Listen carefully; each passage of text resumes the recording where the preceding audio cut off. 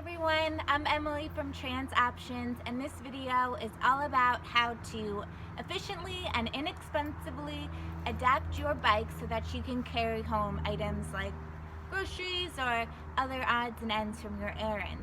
So we're going to be talking about more minimal things like carrying backpacks or maybe a front basket, and then work our way down the bike and talk about some painter ideas. I hope you're wondering what we will be using these 5-gallon buckets for. And then we have some crate options, and lastly we'll talk about bike trailers. So my style of bike is what I would call a commuter style or a hybrid, and it's a bit rigid, more rigid of a frame, and it has these front and rear fenders, which are really helpful so that I stay dry and don't get too dirty or muddy. So my items stay dry. And this rear rack is extremely helpful for adding things onto the back of my bike. If your bike doesn't have a rear rack, you're not going to be able to do a lot of the things we're talking about. So I would, if this is something you're interested in, I would give your local bike shop a call, and they'll be able to fit you with a rear rack that's meant for your frame and your wheel size. If you typically ride a high performance lightweight road bike, I would just stick with riding with a backpack and not add additional items onto your frame. So this backpack is really nice because it's deep, and then most importantly the back has this added piece that's super rigid, creates more of less contact between your back and the items that you're packing in here, so you don't get poked in the side by, you know, your grocery items. So I like this backpack a lot. If we wanted to start to think about what items you can begin to add here, I would start with a front basket. This one is made for bikes, and so it fits my front handlebars really well. It also has this nice little added clip so that when I go to attach it, I keep the basket from rubbing or hitting my wheel, which is really important. We want to keep in mind we don't want anything resting on our wheels or any straps sort of dangling down to potentially get caught up in our spokes and trip us up. This basket is a nice design because I can pop it off and then carry it in with me while I'm shopping, and then I know if the item doesn't fit well in here or like the amount that I'm buying, if it's too much. So this becomes like my reusable bag. So keep that in mind anytime you can bring the bag in with you that you're using and fitting on your bike. The better idea you'll have of how everything's gonna fit in there. And then also you want to think about on the front handlebars, you don't want to add too much weight. So if you start adding heavy items in the front, you're going to lose some of your handlebar control. So I wouldn't put any more than like 20 pounds in this basket. Save those heavier items for further down around the rear end of your bike. Where your weight is on the saddle allows you know, that part of your bike to have more stability, and so you're going to want to put those heavier items towards the rear of your bike. So during these uncertain times when we're all wearing gloves and masks in the stores, I've been using an empty water bottle fit in my water bottle holder to put my dirty mask and gloves in when I come out of the store, and that way I can take it off, put it in here, I don't have to touch it again, and then when I get home I can just chuck, you know, dump these items right into my washer machine, and we're good to go with that. So might want to think about that for your mask and gloves.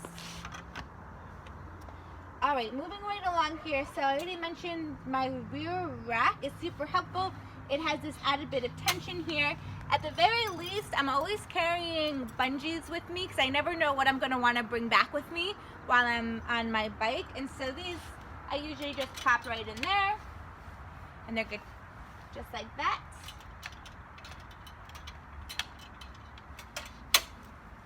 If you want to have some more storage space back here, these are my super old cleaner bags that I just dug out from my basement. But At one point they were waterproof, so consider what type of fabric if you're going to be buying some. Waterproofing is a good idea. Also, these have zipper compartments and lots of different pockets here, so they're really nice size, and they fit super simply on my rack. So they have little clips in the back, and they just fit right like that.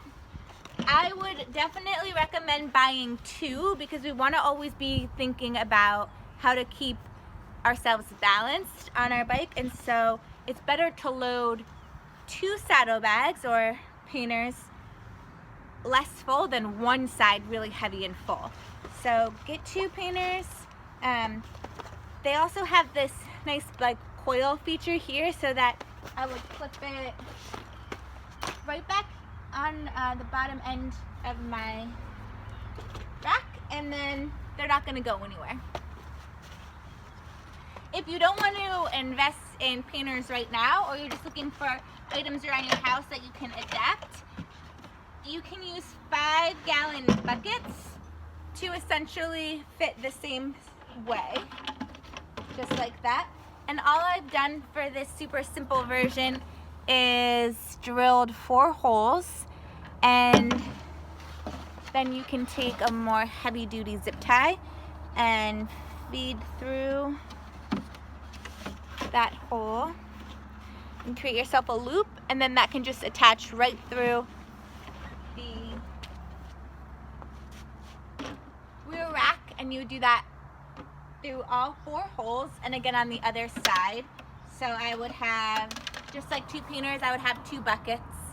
And these are nice because if you keep the tops, you've now created a super like airtight waterproof container that's really deep and doesn't cost much at all. And actually, this cost me nothing at all. So it's always nice to think about upcycled options. Next, we'll talk about some crate options. So this one is made out of wood and it's longer. This one's just a plastic milk crate, which fits my bike a lot better. So I could pop it right on the back there. And then again, I'm just going to use bungees to attach from my rear rack up through the crate, and then down the other, same thing on the other side.